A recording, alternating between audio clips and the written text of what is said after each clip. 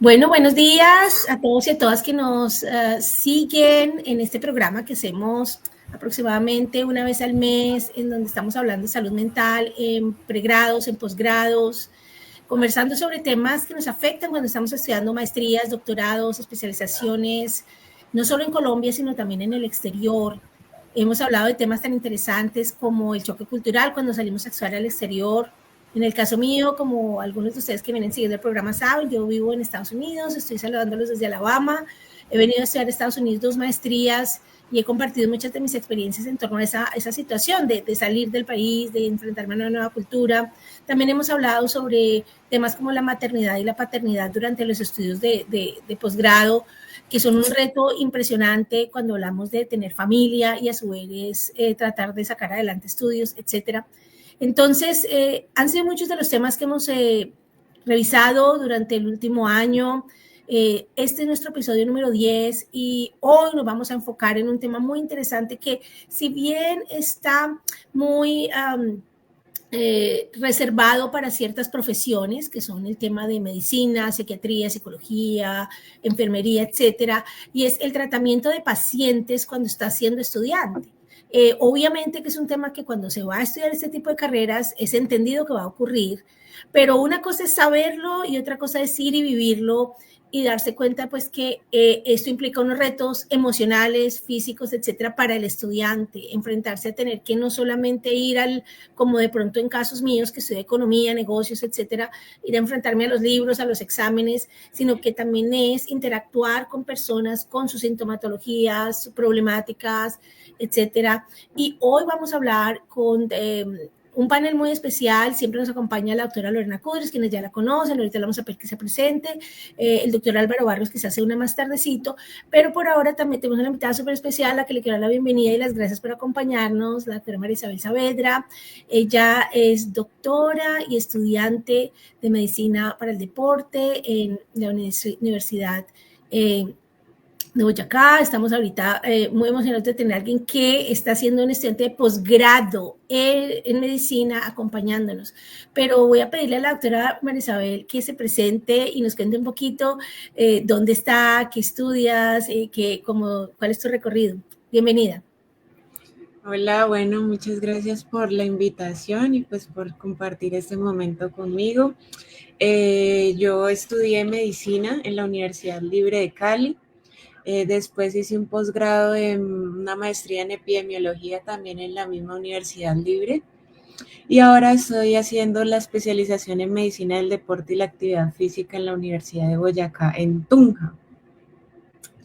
Entonces, pues ya llevo 2 años de residencia, me falta uno, que es el último año que lo hacemos en fútbol y en alto rendimiento, y pues ahí vamos en el último año. Wow, qué interesante ese tema. Además que, por ejemplo, aquí en los Estados Unidos ese tipo de estudios es súper común, o sea, se ha vuelto muy popular porque pues el deporte ahora se volvió un negocio tan grande, se expande, etcétera. Ahora es una profesión muy apetecida lo que está estudiando María Isabel. Gracias por acompañarnos el día de hoy. Doctora Kudris, nos quiere dar un saludito, nos cuenta también un poquito dónde está y aprovecho para felicitarla porque esta semana estuvo recibiendo el premio a la psicóloga investigadora del año en Bogotá. Cuéntenos cómo fue esa experiencia y cómo ha estado toda la semana. Hola, qué alegría poder encontrarnos nuevamente. Gracias, Caro, por este nuevo episodio. Lorena Kudris Torres, investigadora senior de mis ciencias, profesora titular 3 de la Universidad de la Costa, es responsable principal del proyecto Yo Puedo Sentirme Bien para Ariandina. Muy contenta de haber recibido el galardón a la investigación científica en psicología. Es un premio nacional que otorga el Colegio Colombiano de Psicólogos a esos profesionales de la psicología que desarrollan investigaciones científicas de alta calidad y de manera sostenida. Es un premio a la trayectoria investigativa y se siente muy bonito recibirlo. En investigación todo es, la recompensa es algo demorada, ¿no? Y el camino No es fácil, menos en un contexto como el colombiano, donde no hay mucha inversión para ello, pero sí se puede hacer ciencia con calidad desde los territorios y soy un vivo ejemplo de ello.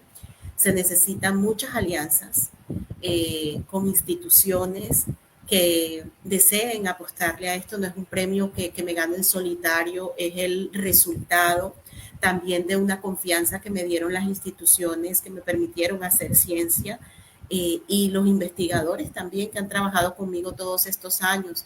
Si bien está en cabeza mía, reconozco también ese apoyo importante de instituciones y también de investigadores. Ay, Lorena, gracias, tan bonito eso, porque es un tema también muy interesante, ¿no? Que no llegamos a los lugares que llegamos, a las metas que cumplimos, sobre todo en temas de educación, de investigación, que es lo que trabajamos mucho aquí en Sí Puede Devolver Conciencia, las iniciativas que estamos detrás de este programa, junto con la OWSD, para también reconocer y apoyar pues este camino colectivo que es entre todos, tenemos que sacar adelante todos estos temas. La familia apoya, los compañeros, los colegas, los investigadores, las instituciones. Qué bueno reconocer eso. Hay bueno, algo que quiero comentarles, sí, como de manera muy, muy particular, y es, yo recuerdo cuando yo soñé, cuando yo añoré ese premio hace 14 años. Yo recuerdo el lugar donde estaba, en la oficina, frente al computador, la hora, no recuerdo el día, pero sé que fue hace 14 años cuando lo añoré, cuando lo soñé. Y en ese momento solo dije, yo de todos estos requisitos solo cumplo con que soy psicóloga. O sea, era el inicio. Pero era el inicio. Pero desde ahí empecé a trabajar en ello. O sea, no es algo que uno reciba de la nada. No es algo que llegue en un paracaídas. Hay que trabajar muchísimo para lograrlo. Entonces, pero finalmente uno también tiene que soñarlo y tiene que trabajar para conseguir eso. No, y lo que mencionas es muy importante y muy relevante para lo que vamos a justamente empezar a hablar ahorita, y es que cuando tienes una carrera en estos temas de psicología, de medicina, etcétera, empiezas, ¿no? Empiezas por algo y mucha de tu investigación tiene que ver con pacientes, con personas con las que interactúas y haces investigación. Y definitivamente es todo un camino, ¿no? Un camino que tiene muchos retos, y uno de esos retos que vamos a trabajar el día de hoy a conversar, y me gustaría empezar para hacer un poquito la pregunta la doctora Saavedra, es sobre, bueno, trabajar con pacientes, ¿no? Cuéntanos un poquito, tú que eres doctora en medicina y ahora estás haciendo tu posgrado, ¿en qué momento empiezas a trabajar con pacientes en tu carrera? ¿Y cómo fue esa primera experiencia para ti cuando empezaste como a involucrarte? ¿Cómo fue ese primer paciente que tuviste que atender, así fuera en compañía de otro médico supervisor?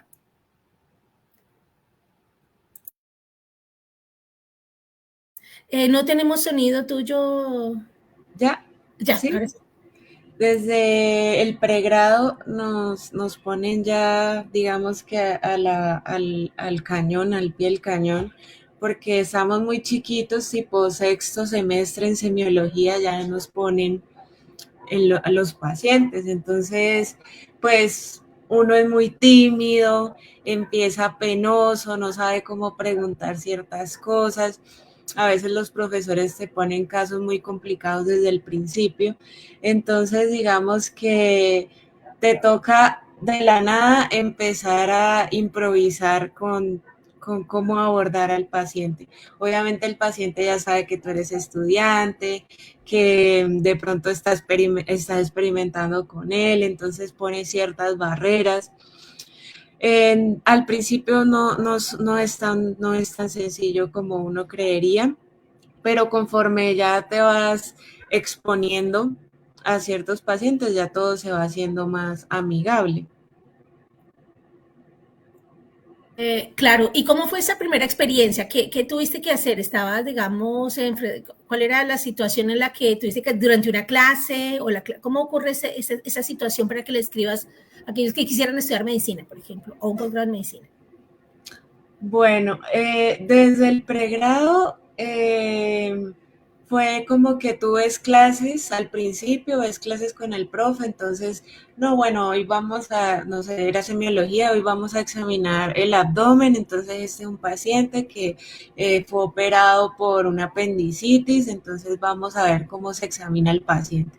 Entonces tú entras a ver al paciente, lo abordas, entonces, pues lo primero siempre es priorizar la persona, porque es un ser humano que tú te está haciendo incluso un favor, que es enseñarte con él, con su patología, algo, entonces es como el respeto hacia esa persona, entonces siempre es muy buena, me presento, mi nombre es María Isabel, soy estudiante de medicina de tal semestre y pues voy a examinarlo para un examen para el docente, entonces es siempre como presentarse, estar como decirle al paciente, muchas gracias por permitirme este momento y pues voy a aprender de esto y yo voy a respetar hasta donde usted me deje estar, pero entonces siempre es como tratar de tener una relación más cercana con el paciente, pues para romper esa barrera y como que también no sea tan traumático tema del examen ahí con el paciente. Qué simpático eso, María Isabel, porque tú lo cuentas desde tu lado con los nervios del estudiante. Ahorita hablaremos de cómo ocurre eso en los posgrados, pero yo les voy a contar mi experiencia desde ser un paciente, muy simpático. Mi primer hijo fue un parto, o sea, como dicen en Colombia, todo un parto, pero realmente fue un parto tremendo. Entonces yo tuve que estar 42 horas en ese parto. Y esto fue un parto demasiado largo. Y el doctor no decía, no, usted tiene que aguantar, no cesárea, nada, entonces 42 horas. Pues bueno, yo tuve que ser, o sea, pasaron por ahí todos los residentes, todos los doctores, o sea, en un momento dado llegó un profesor y tenía por ahí unos 6 o 7 residentes y me dijo, ¿nos permites entrar para revisar y para hacer una, yo estaba medio inconsciente, claro, tantas horas sin dormir, vamos a entrar, nos permites para que los estudiantes pasen. Y yo, cuando me doy cuenta, había como 10 personas enfrente a mí y yo, o sea, yo decía, ¿qué es esto? O sea, ¿qué está pasando? O sea, ya, es decir, después de esto ya no tengo pena con nadie, o sea, ¿qué está pasando? Entonces uno está en shock, pero yo dije, bueno, en pro de la ciencia, ¿será que va a estar aquí, acá, toda vuelta y nada? Pero bueno, doctora Kudris, cuéntanos un poco cómo fue tu experiencia atendiendo pacientes la primera vez. Tú estás desde la rama de la psicología. ¿Cómo es esa primera experiencia en el pregrado? Un poco, ¿cómo fue la tuya? Bien, en el caso de psicología hay unas limitaciones cuando estamos en el pregrado y nos asignan pacientes.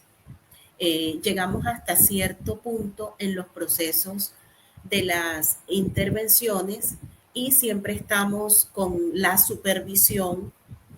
Tenemos un supervisor de prácticas, entonces nosotros no podemos, mientras no tengamos la tarjeta profesional, o sea, en el proceso de formación en noveno y décimo semestre, hay unas restricciones en lo que podemos hacer eh, para intervenir, ¿ya?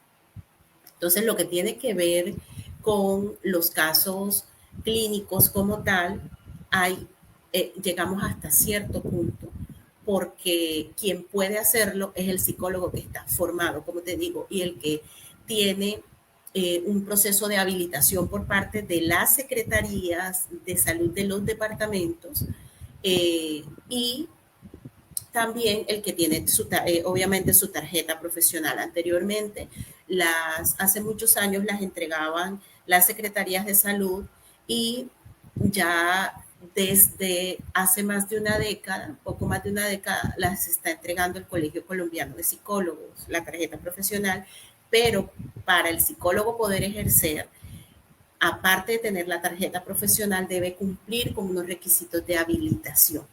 Entonces, nosotros solamente en formación llegamos hasta cierto punto. Bien. A nosotros nos pasa algo y es lo que le ocurre a la gran mayoría de las personas que están en prácticas.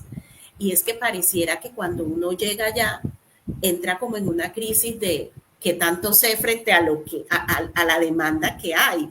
Siempre está uno como dudando de todo lo que aprendió y si puede hacer el trabajo bien que le encomiendan. Entonces, esto también le genera a uno cierto estrés, también algunos episodios de ansiedad y algunos síntomas depresivos. De hecho, yo que estoy trabajando a través del proyecto, yo puedo sentirme bien, y tenemos un proyecto cualitativo que va un poco paralelo a esto.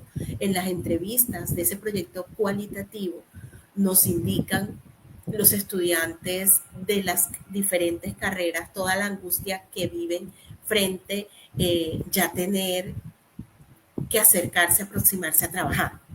Entonces, fíjate que si bien hay una duda frente a lo que uno aprende y cómo lo va a ejercer, esto termina también retándolo a uno.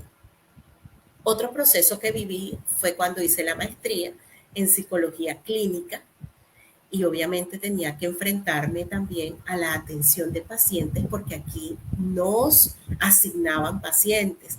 Ya teníamos tarjeta profesional, pero ya aquí teníamos que atender los pacientes desde el abordaje en el que nosotros estábamos haciendo esa maestría, en mi caso, desde el enfoque sistémico, porque en psicología hay muchos enfoques. Entonces, como ya tienes que hacer una intervención desde algo muy específico. Y eso también te reta porque muchas veces estamos permeados también por otros enfoques. Entonces, ¿cómo te vas puliendo para responder desde ese proceso muy, muy enfático, muy específico de ese enfoque que te están demandando?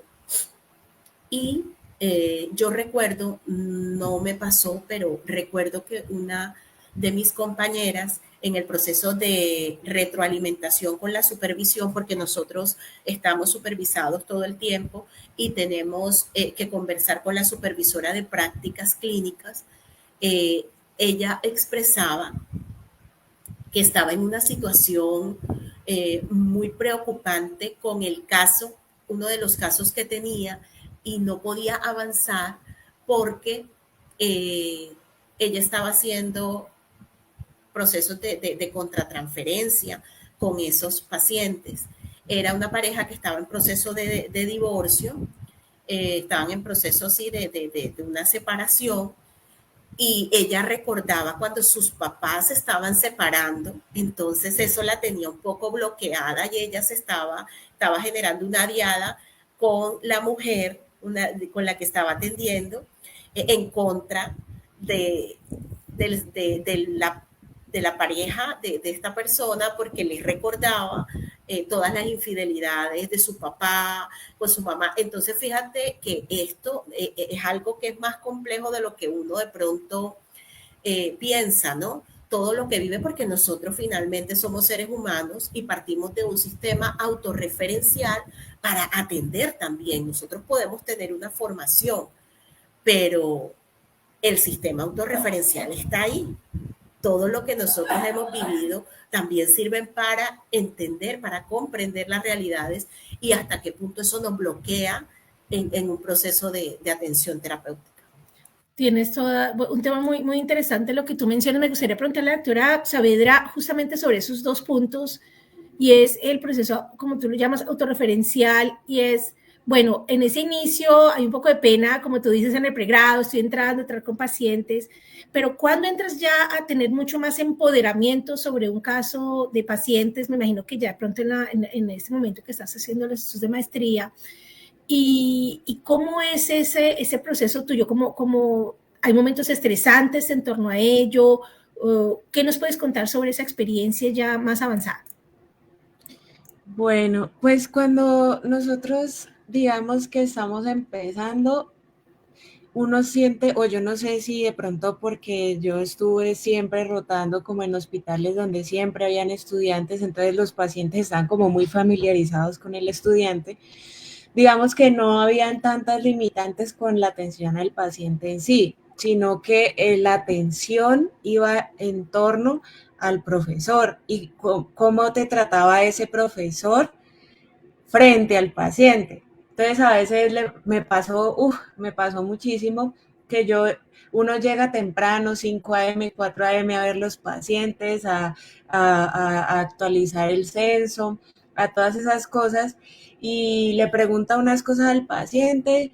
Cuando uno pasa la revista, presenta al paciente, uno dice, no sé, no, definitivamente él no se queja de dolor, no le dolió en toda la noche. Y entonces el profesor le iba y le preguntaba al paciente, bueno, ¿y usted cómo está de dolor? Y el paciente, no, me dolió toda la noche.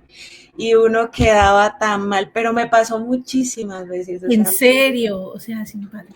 entonces era más, no era tanto como lo que uno se enfrentaba en el paciente, sino lo que le podía pasar frente al profesor y obviamente todas las cosas que venían detrás. Entonces, no, que el hemograma le salió así, bueno, y entonces si el hemograma le salió así, ¿usted en qué piensa? Y entonces se empieza el parcial oral ahí enfrente y a veces, ¿Y muchas veces, en frente al paciente te hacen esa enfrente pregunta? del Oh, no. paciente. Entonces muchas veces no es como que no siempre tienes la respuesta, o sea, nunca vas a tener la respuesta correcta de todo siempre. Entonces fallas y es la repercusión secundaria de la falla. Entonces los comentarios del profesor o te sacan de la revista o bueno, entonces es más como todo lo que gira en torno al trato del paciente, pero en realidad no es el paciente en sí, por lo que ellos ya están acostumbrados. Incluso a muchos les gusta que vaya un estudiante a que te atienda, porque es que el estudiante tiene el tiempo de tomarte la atención, de tomarte la frecuencia, de preguntarte cómo estás, cómo dormiste, muchas más cosas que de pronto el especialista por tiempo no hace. Entonces, digamos que las limitantes yo no las encontré tanto en el paciente, sino lo que venía detrás, que era, bueno, ya llegó el profe, ya se viene aquí lo tenso. Y ahorita de pronto en la residencia, obviamente tú ya tienes más cancha para el trato con el paciente, ya tú ya más haces ya diagnósticos simplemente con lo que ves, pero es lo mismo. Entonces llega el profesor a hacerte preguntas delante del paciente. Entonces esa atención sí no cambia, pregrado, posgrado, no cambia. Que gracias por mencionar eso, porque bueno, obviamente nuestra ignorancia no lo sabíamos, digamos, de pronto aquellos que no hemos estudiado este tipo de temas, pero es muy interesante lo que mencionas porque, pues sí, uno toma un examen en una clase, pero pues no está frente a nadie más, es uno con el profesor, si a uno le fue mal, pues es íntimo entre el profesor y el estudiante, pero en el caso tuyo es ahí a quemarropa, haciéndote la pregunta y si quedas mal, pues también pierde uno, me imagino, el temor a perder esa confianza que el paciente puede tener en ti, como, ¿cómo así? Usted no sabe, entonces, ¿qué estamos haciendo acá? Claro, qué miedo, qué nervios es eso. Me gustaría saber un poco más, Marisabel, un poco de, ¿has sentido en algún momento que te has enfrentado a trabajar, tener que trabajar con pacientes, digamos, con sintomatologías que personalmente tú llegas como, me imagino, a la casa preocupada, como estresante, como darle manejo, porque de pronto, más allá de que un paciente esté con alguna situación física, también la parte emocional puede ser compleja de sobrellevar. ¿Cómo te ha afectado este tema o te has enfrentado a una situación como te describo? Bueno, digamos que yo sí elegí medicina del deporte justo por un factor muy emocional y es que yo me dejo afectar fácil de muchas situaciones. En especial con yo le digo los viejitos, pero los abuelitos, ¿sí? Porque yo viví casi toda mi vida con mi abuela, pues hasta que llegó COVID y se fue al cielo, pero digamos que, yo no podía ver un viejito porque yo me ponía mal, no dormía, inclusive ahí empecé con los trastornos del sueño, porque sí, me afectaba demasiado esa población en especial. Y entonces, pues, el hospital donde nosotros rotamos en el pregrado era ese le llamaban el seguro social. Entonces, la población es población anciana, la mayoría. Entonces, no, esa parte para mí fue muy complicado. Y digamos que ahora ya en el posgrado, como nosotros nos enfocamos en rehabilitación cardíaca sí veo viejitos, pero en un sentido más de rehabilitar. Entonces ya no los ves tú en una cama de UCI, entubados y con todo lo que viene detrás, sino que ya tú los ves en una etapa de que lo voy a rehabilitar para que sea más funcional, para que sea mejor. Y entonces ya son personas o poblaciones que tú las ves que, uff, sí quiero hacer ejercicio, sí quiero comer mejor y doctora, está bien el aguacate en el desayuno, cosas más chéveres, Claro. diferentes que como en el pregrado, ¿verdad? Que como en el pregrado, digamos que sí, fue traumático, traumático. Mira, muchas gracias por compartir eso, Marisabel, porque yo creo que es esa, reconocer que esas situaciones no solo te pasan a ti, le pueden pasar a todos. Y lo que nos contaba también Lorena sobre un poco como esas predisposiciones que uno tiene o historia personal que entran a lidiar cuando uno trabaja con un paciente. Es que también puede ocurrirnos en cualquier ámbito, por ejemplo, cuando estamos nosotros, yo digamos, estudiando un posgrado que no es médico también, uno puede llegar a traer historial que uno de antes, por ejemplo, cuando era niño de pronto le daba miedo hablar en público. Y luego, pues cada vez que lo enfrentan a hablar en público, uno es con ese miedo, que de pronto alguien se burló cuando no era niño. Entonces, me imagino que aquí también esas cosas empiezan a conectar. Álvaro, bienvenido al panel. Y de una vez te incluyo haciéndote la pregunta de lo que estamos hablando ahorita. Y es, ¿cómo, bueno, cuándo empezaste a trabajar tú con pacientes así en tu primera vez, cómo esa experiencia y cómo has sentido de pronto que ha sido un reto para ti lidiar no solo con sus sintomatologías físicas, porque tú eres un doctor en medicina, sino también con esa parte de las emociones de los pacientes? Buenos días, ¿me escuchan? Sí, ok. Sí, sí, te Buenos días, escuchamos. muchísimas gracias por la invitación. Aquí teníamos problemas tecnológicos y bueno, ya estamos. A ver, les cuento, en medicina pues uno está en contacto con los pacientes desde los primeros semestres, pero en mi caso, ya de atender pacientes, tuve una bonita experiencia porque fue en el internado. Nos dividieron en grupos y a mí me tocó empezar por ginecostetricia. Nos hicieron la bienvenida, muchachos. Qué bonito.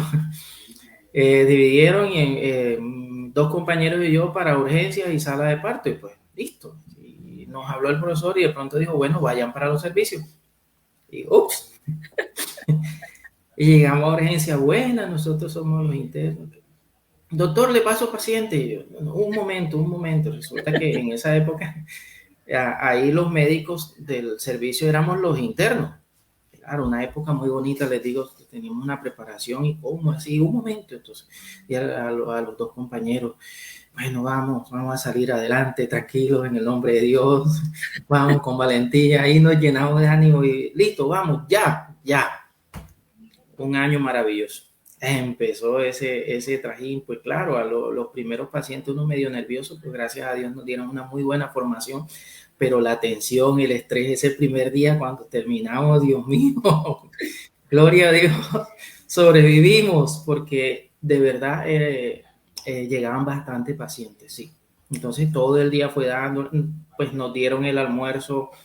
Yo estudié en una universidad pública, hacía prácticas en hospitales públicos, entonces de pronto algunos no se imaginan que nos dieran el almuerzo era como un premio, porque uno no lo compraba y era como también un buen gesto.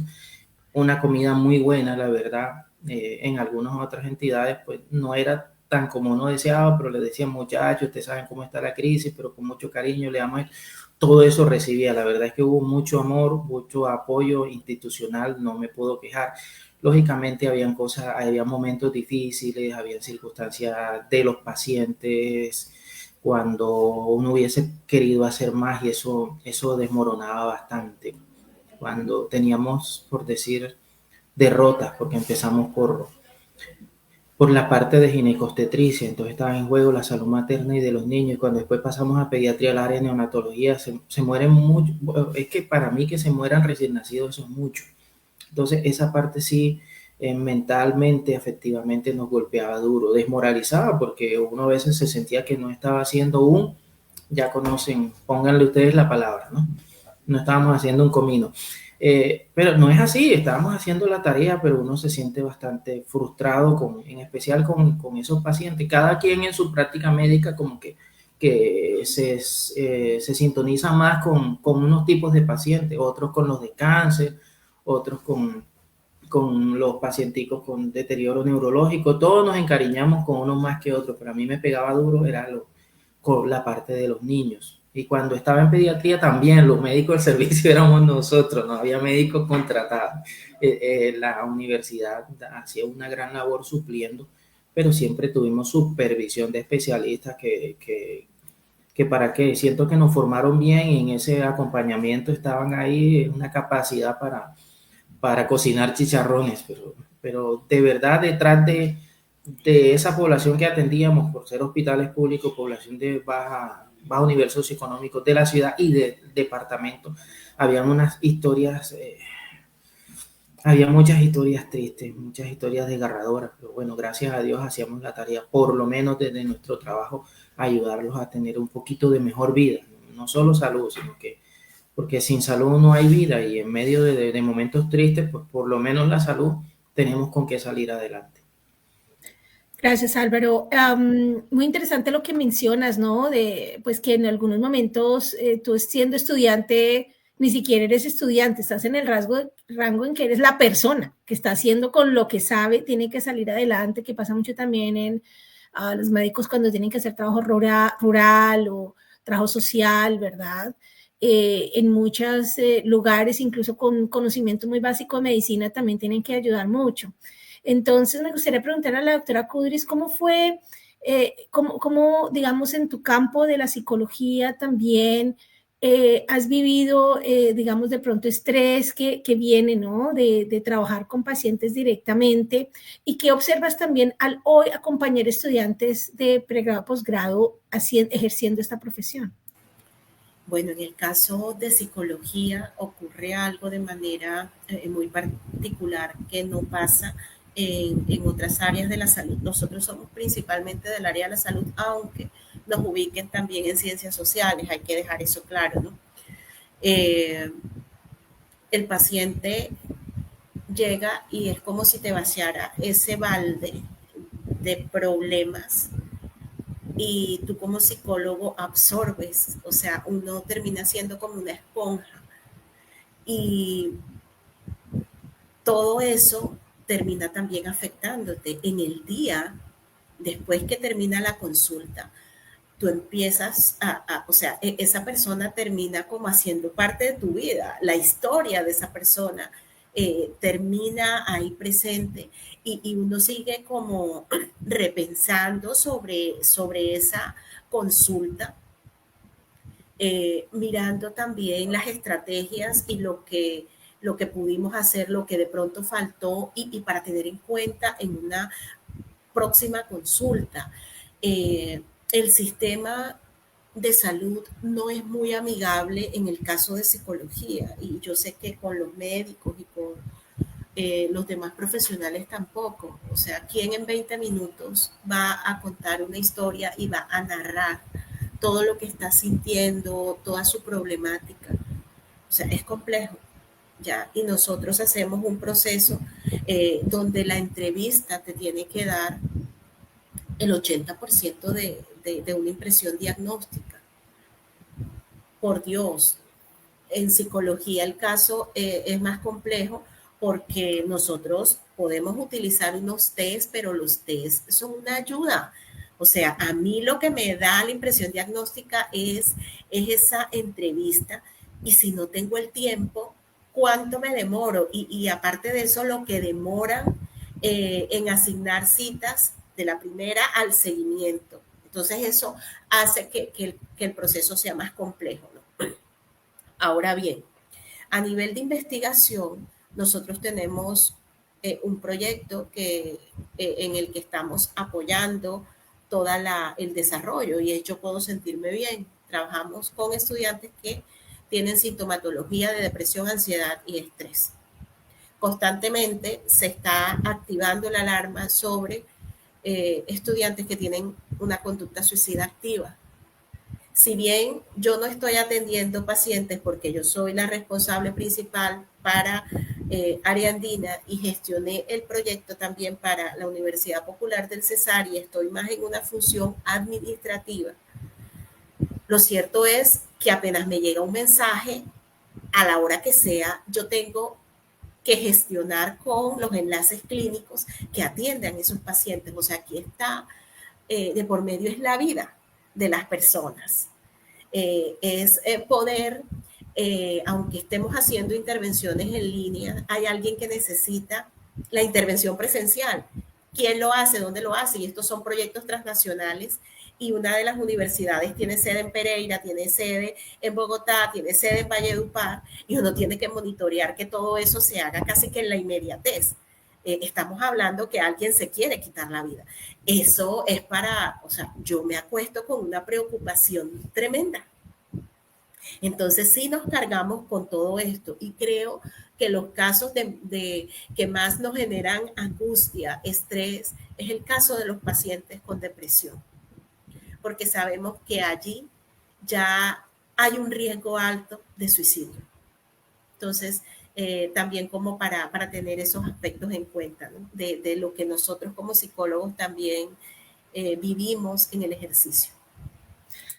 Gracias, gracias, doctora Kudris, por esa intervención y nos abre el espacio a preguntar. De pronto me gustaría saber de parte de la doctora Saavedra, nos contabas ahora un poco que todo este trabajo que tú hacías con pacientes mayores, etcétera, porque te recordaba en un momento muy difícil de tu vida y lamento mucho lo de tu abuelita, realmente que es un tema muy difícil que tocó vivir en el COVID en muchas familias, en Colombia y en el mundo. ¿Qué tipo, aparte del tema del impacto con el sueño, qué otro tipo de sintomatologías físicas has sentido al tener que trabajar con pacientes y que sientes como una afectación?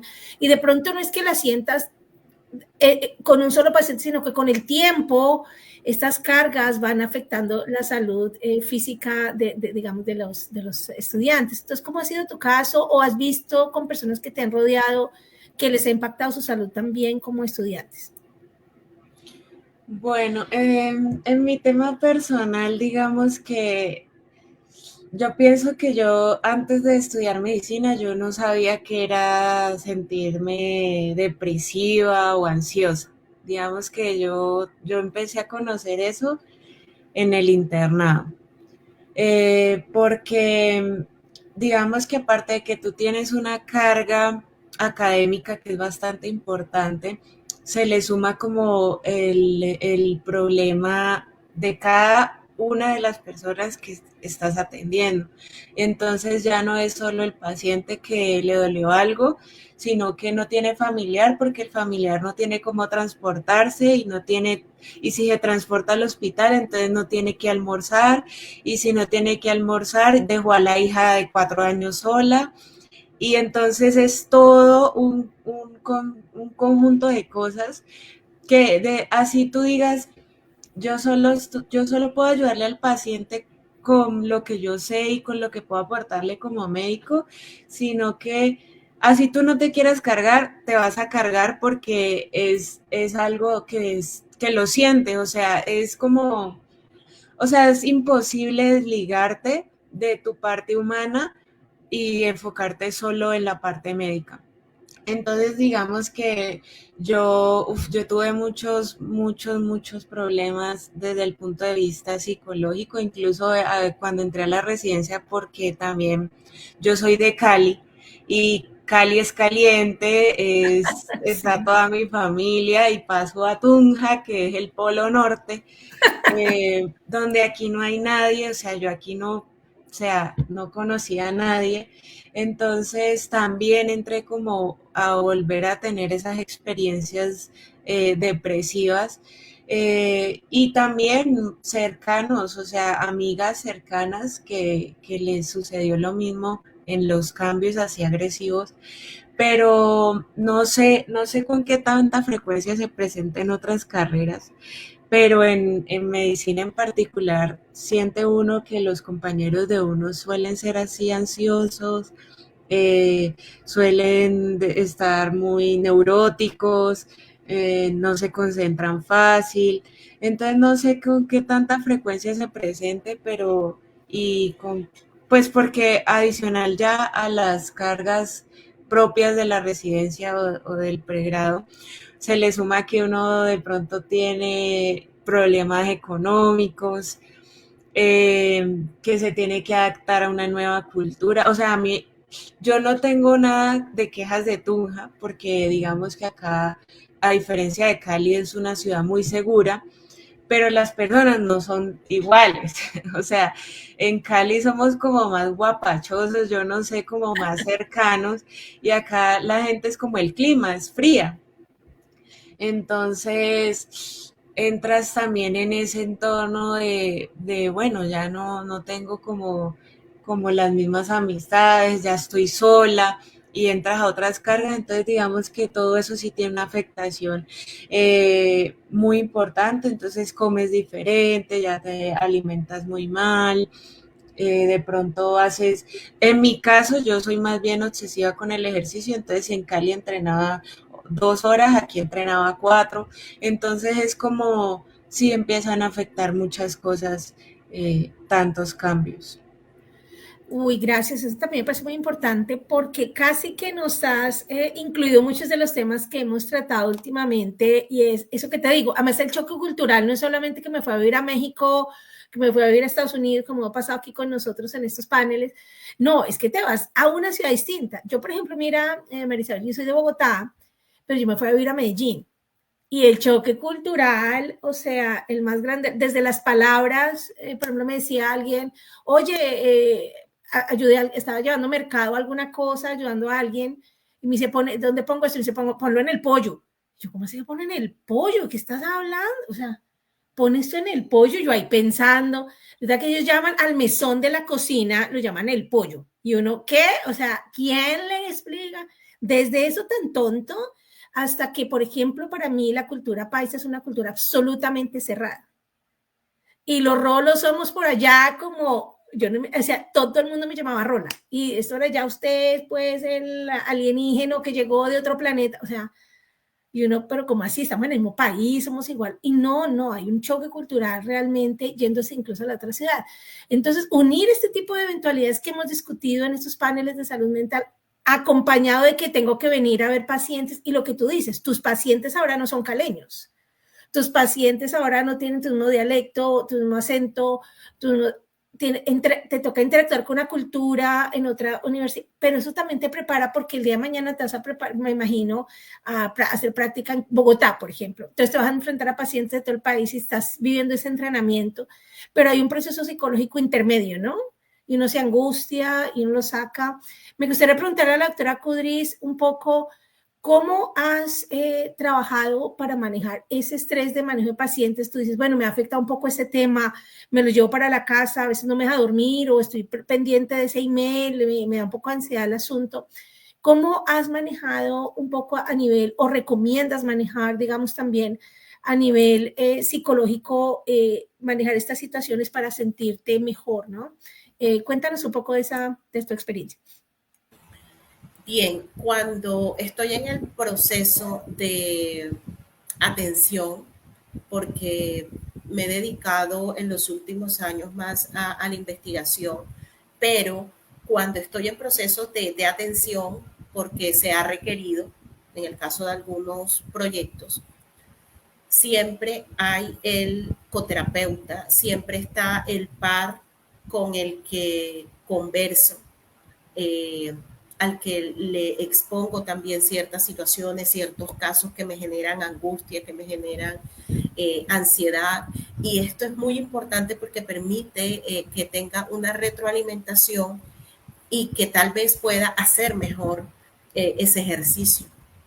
Entonces, en proyectos donde hemos tenido ese proceso de entrevistas, de intervenciones, siempre nos reunimos con el equipo. Hay un proyecto de experiencias cualitativas sobre los caminos hacia el cuidado de la salud mental en estudiantes universitarios y es un equipo muy chévere conformado por mexicanos, colombianos y por investigadores de la Universidad de Harvard. quienes son los que lideran el proyecto. Y cuando hay este tipo de casos, nosotros nos reunimos casi todas las semanas o cada 15 días. Y es ahí donde hacemos ese proceso de retroalimentación.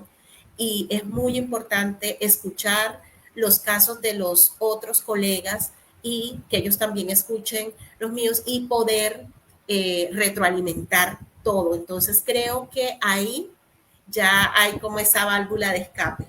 Ya ahí siente uno que puede hacer otras cosas para mejorar en esa atención a las personas. Entonces creo que esto es un proceso muy bonito que se permite y creo que así también ocurre también con los médicos, ¿no? Que tienen la oportunidad allí de retroalimentarse cuando hay un diagnóstico y de poder preguntar a otros colegas, solo que nosotros tenemos esos espacios obligatorios dentro de los proyectos.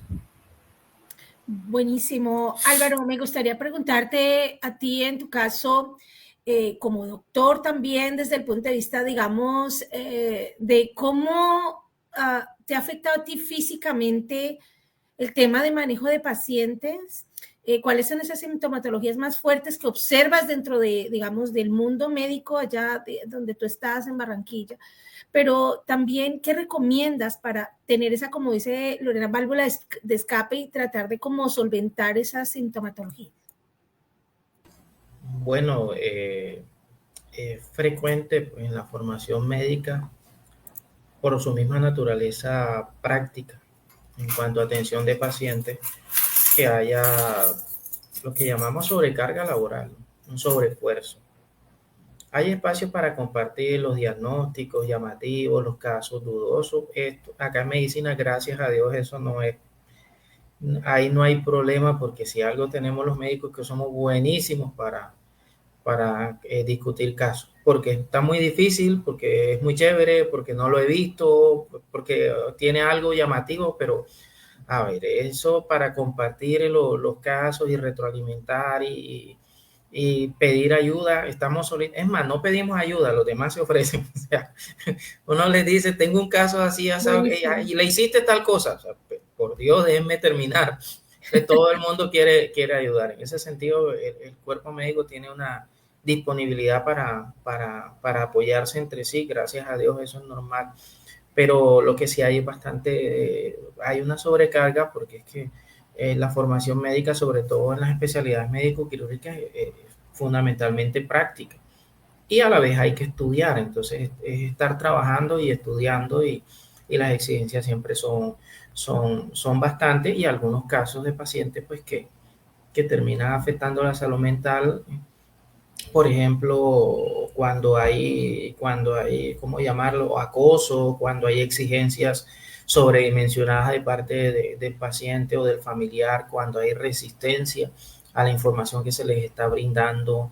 A veces uno lo siente prevenido, a veces uno siente de que el paciente está, o el familiar está esperando que uno diga algo para proceder a actuar, o sea, demandas, quejas, o para después decir, el doctor X me dijo esto y porque usted me dice esto otro. Y en cuanto a la comunicación, tenemos una dificultad que a veces, por tratar de hacer entendible al paciente, al familiar, lo que está ocurriendo en su cuerpo, podemos utilizar a veces como que ejemplos o palabras que cuando llega el otro colega y lo dice con otro ejemplo, de otra forma, parece que estamos diciendo cosas contradictorias. Y le dicen, no, le estamos diciendo lo mismo.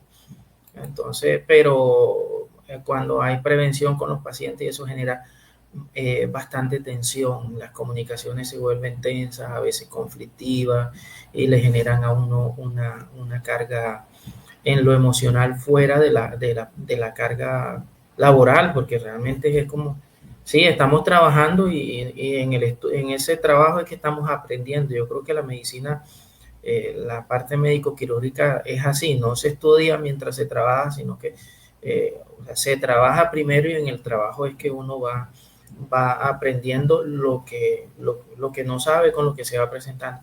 Pero la relación con los pacientes, y a veces la relación con los superiores, o con la parte, cuando ya entra en la parte administrativa, ¿por qué se hizo esto? ¿Por qué se hizo esto otro? que a veces uno los ve como enemigos, pero también están haciendo su trabajo, o cuando vienen los análisis de las pertinencias de lo que se está haciendo.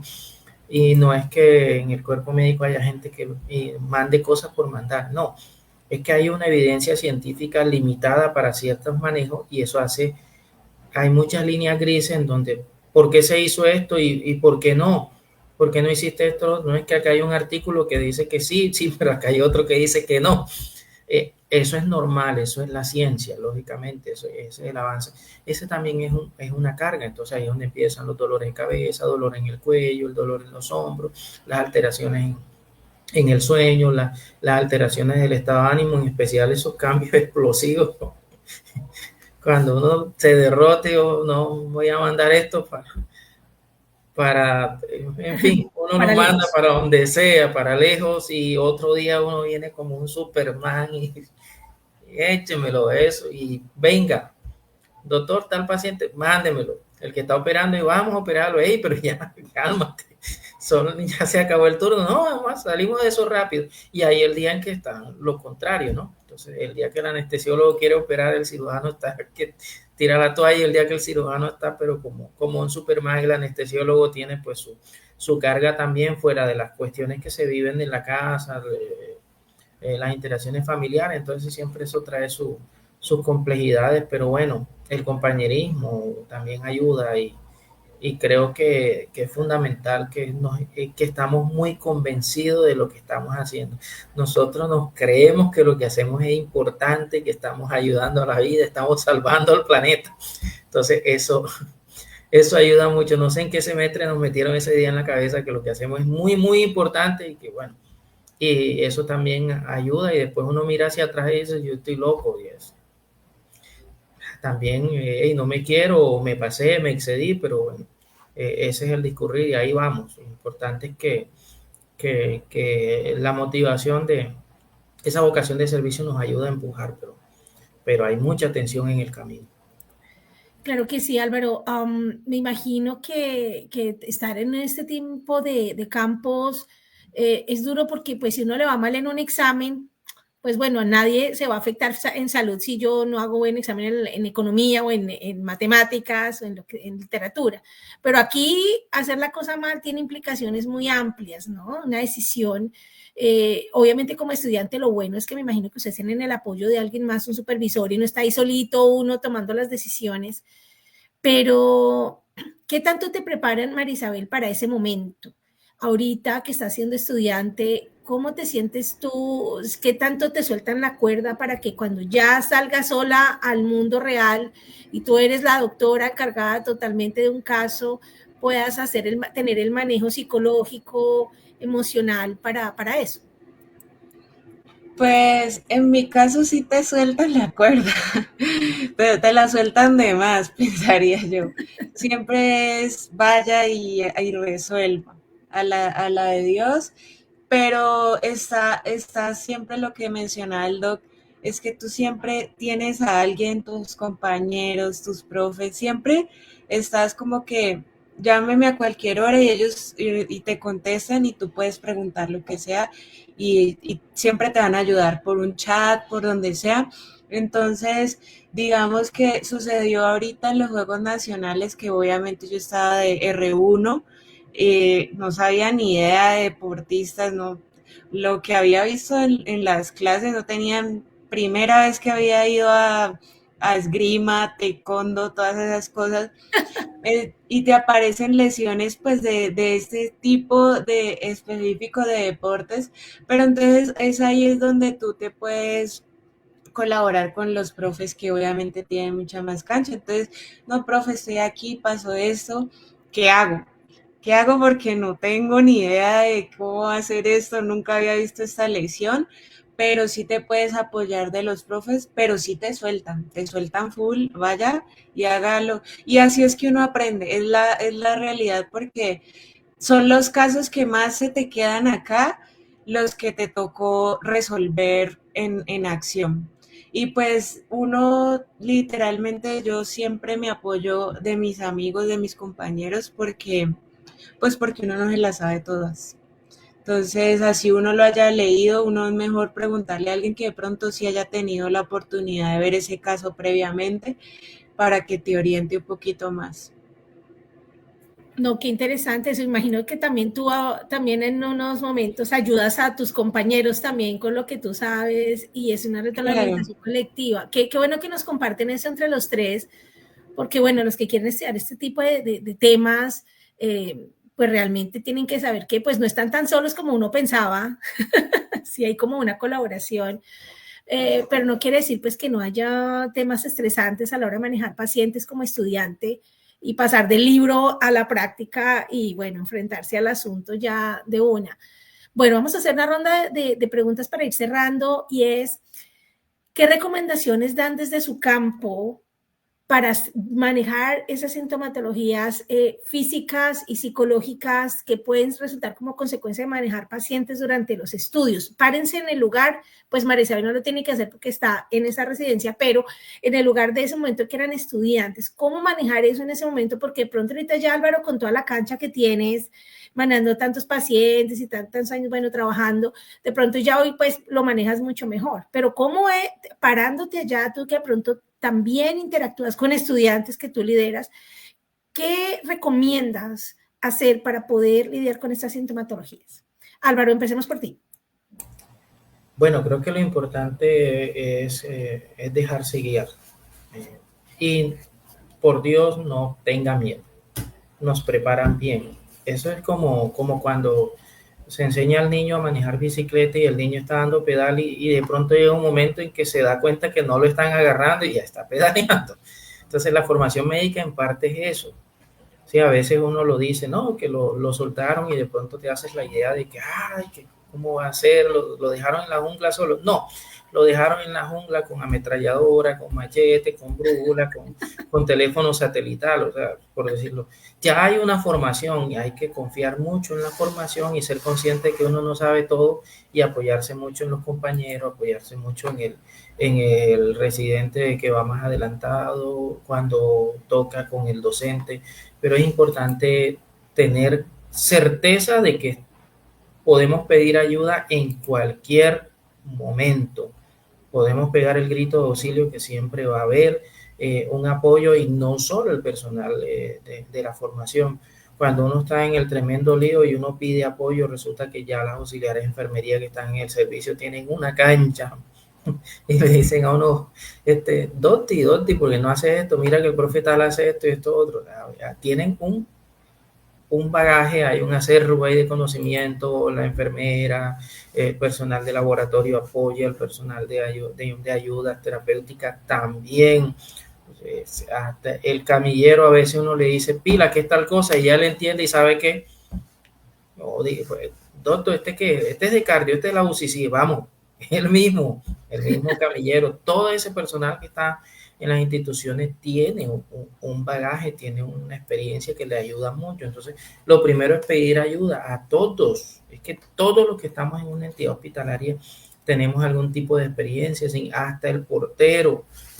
Tanto que se quejan que en algunas clínicas el portero es el que hace el triaje, pero es que hay unos porteros que se la saben, ven un paciente y doctor, póngase pila que viene esto. O sea, increíble porque, bueno, hay una experiencia, no es que ellos van a reemplazar, pero son un gran apoyo cuando le alertan a uno de cosas, el personal, todo el personal que está en la clínica, desde el más alto rango hasta el más bajo rango, por decirlo de alguna manera, puede ayudar.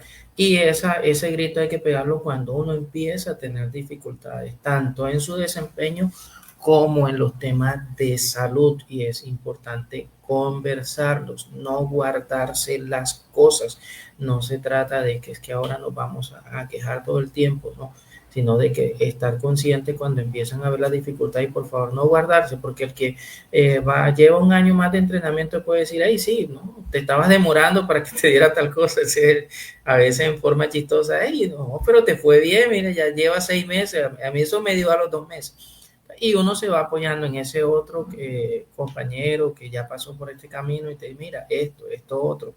Porque es importante preguntarle al que ya caminó, al que ya conoce ese camino porque lo pasó, le orienta a uno y así vamos pasando el testigo. Entonces, yo creo que la estrategia fundamental es pedir ayuda, no se quede callado, grite, llame a un amigo, pero por Dios no nos guardemos nada, que eso hace más daño cuando se queda adentro. Nada más bonito que uno desahogarse, ya el 50% del dolor empieza a aliviar, o el 45% o el 80%, porque a veces uno tiene dificultades, uno se desahoga y siguen las dificultades, pero ya desahogado uno dice no importa, voy para adelante, y el umbral del dolor sube y entonces duele menos, se cansa uno menos, o simplemente uno hace el esfuerzo, sacamos el día, que ya mañana es otro.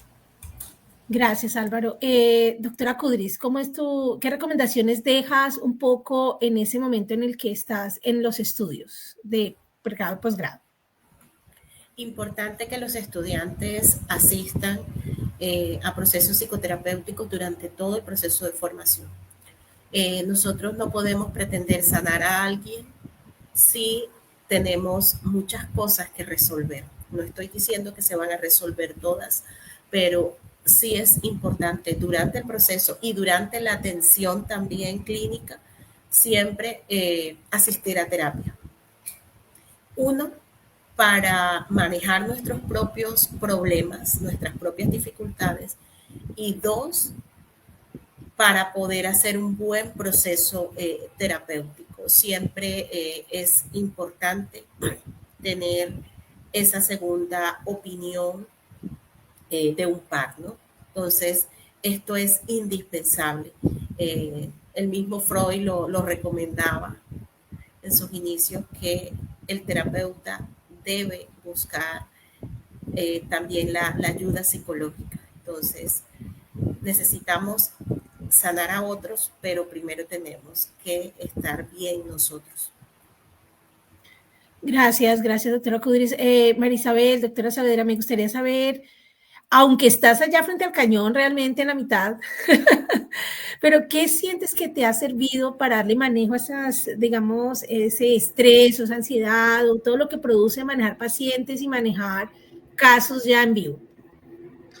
Pues con la atención del paciente, yo pienso que primero pues uno debe priorizar como que ser muy empático y mejorar la comunicación, que sea una comunicación más asertiva, pues ya vemos que el cambio cultural sí es importante, entonces tener una buena comunicación y propiamente como para sobrellevar las cosas en la residencia, pues uno debe como aprender a manejar bien su tiempo, ser muy organizado en su tiempo, tener una mentalidad de que está en un proceso de aprendizaje, entonces estar como muy abierto a ese tipo de cosas, cuidar de uno mismo, también no solo físicamente, pues hacer ejercicio, alimentarse bien, sino lo que dice la doctora Kudris, de la salud mental, cuidar nuestro físico y nuestra mente. Y pues también está el tema o sea, el trabajo en equipo y el apoyo con los demás. Entonces, apoyarse en el otro. Está bien que hay, en la residencia suele ser uno a veces los demás muy competitivos y de pronto no encuentra como, pero tratar como de, bueno, encontré esta persona, como hacerme al ladito de esa persona para que me apoye y yo pueda sobrellevar ciertas circunstancias que pueden ser muy pesadas en este entorno. No, pues buenísimas todas estas recomendaciones.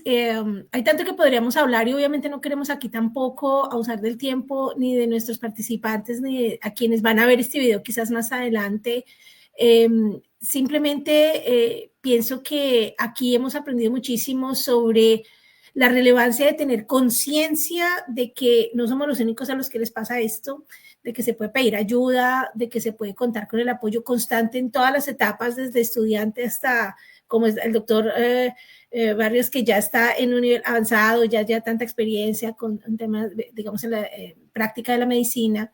En todas las instancias podemos pedir ayuda, recomendaciones, hablar con colegas.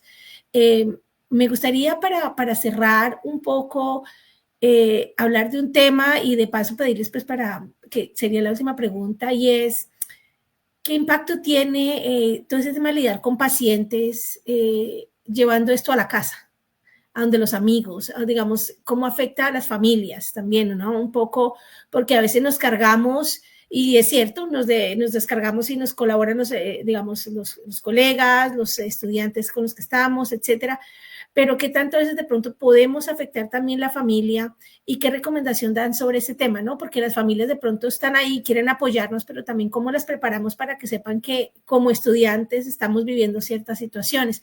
Doctor Barrios, para cerrar, ¿qué nos cuentas sobre este tema? Y de paso te despides. Bueno, el tema de la familia, pues sí reviste una exigencia especial porque es frecuente que uno llegue cargado a la casa y a veces cuando uno de pronto no comparte el tiempo suficiente con la familia, por lo menos para los que tienen hijos, y es uno recargado de energías negativas y va a llegar el peladito con toda la alegría del mundo y a exigirle a uno el tiempo que uno le ha brindado. Uno tiene que, o sea, es fácil decirlo, uno debe dejar de lado eso y tener la cara amable, sonriente, amorosa en la familia y a veces es muy difícil. Entonces creo que sí es importante comunicarlo, hablarlo, que en las casas tengan un buen entendimiento de lo que estamos haciendo, de cuál es la dinámica que hay para que nos entiendan y nos ayuden. Puede parecer que es exigente o egoísta, entonces ellos son los que te tienen que ayudar y tú no estás, y tú como familiar es poco lo que llevas a casa, pero es que es un momento difícil y definitivamente la familia quiere ayudar, lo que pasa es que a veces no saben, entonces es importantísimo tener claro qué pasa y a veces pues exponer también cómo te fue en el día, mal, ni me preguntes, pues sí, mal, pasó esto, vengo cansado, vengo con dolor de cabeza, por favor, déjenme descansar. No llegar con la cara agria y decir muy mal, no me moleste, no estoy para nadie. Digamos las cosas porque es importante que en la familia sepan en lo que están. A veces en la familia hay más profesionales de la salud, pero en otras no, y a veces no tienen ni idea de todo esto que uno vive y algunas veces no creen. Entonces, que ¿cómo se te ocurre? Que ¿cómo te voy a creer yo que te pasaste toda la noche trabajando y no descansaste un ratico? Sí, oye, ¿quién va a aguantar toda la noche despierto? Pues yo. Y explicarlo, hablarlo en la familia, porque digamos la realidad, necesitamos la ayuda de ellos.